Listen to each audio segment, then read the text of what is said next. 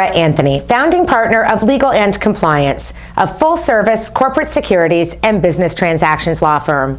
Today is the final Lawcast in a series talking about the new SEC guidance on cybersecurity disclosure. On February 20th, 2018, the SEC issued new interpretive guidance on public company disclosures related to cybersecurity risks and incidents. Today, I am completing my discussion on specific areas of disclosure guidelines.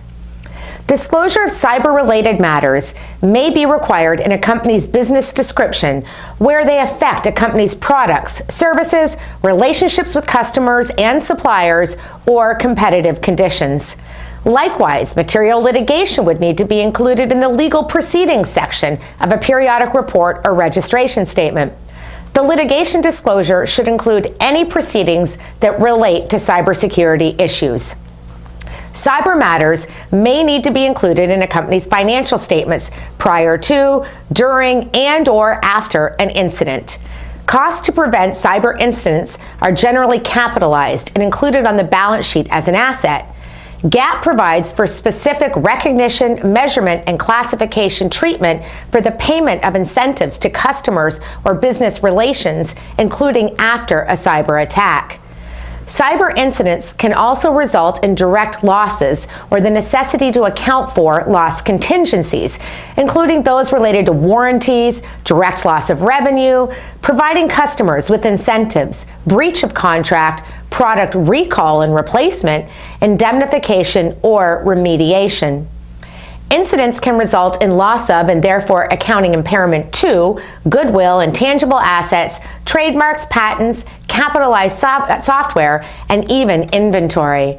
Financial statement disclosure may also include expenses related to investigations, breach notifications, remediation, and litigation, including the costs of legal and other professional service providers related to a cyber incident or a risk of cyber incident. A company must disclose the extent of its board of directors' role in the risk oversight of the company, such as how the board administers its oversight function and the effect this has on the board's leadership structure. To the extent cybersecurity risks are material to a company's business, this discussion should include the nature of the board's role in overseeing management of that risk. Information should also be included on how the board engages with management on cybersecurity risk management. Some would advocate that that disclosure is also included on the background and role of management and their responsibilities related to cyber matters themselves. The new guidance clearly provides that companies should adopt comprehensive policies and procedures related to cybersecurity and to assess their compliance regularly, including policy procedure compliance related to the sufficiency of disclosure controls and procedures. Procedures must address a company's ability to record, process, summarize, and report financial and other information in SEC filings. Additionally, any deficiency in these controls and procedures would also need to be reported. The SEC reminds companies that their principal executive officer and principal financial officer must make individual certifications regarding the design and effectiveness of disclosure controls and procedures. These certifications should take into account cybersecurity-related controls and procedures. Furthermore, as I've discussed in this Lawcast series, a company should have proper policies and procedures preventing officers, directors, and other insiders from trading on material non-public information related to cybersecurity risks and incidences. Companies may have disclosure obligations under Regulation FD, or Regulation Fair Disclosure, related to cybersecurity matters.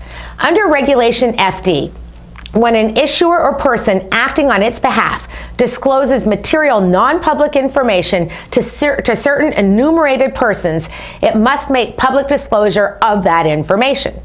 The SEC reminds companies that these requirements also relate to cybersecurity matters and that, along with all other disclosure requirements, policies and procedures should specifically address any disclosure of material non-public information related to cybersecurity.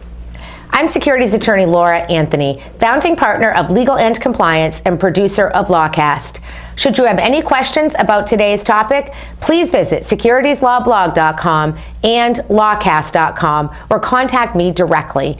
Inquiries of a technical nature are always encouraged.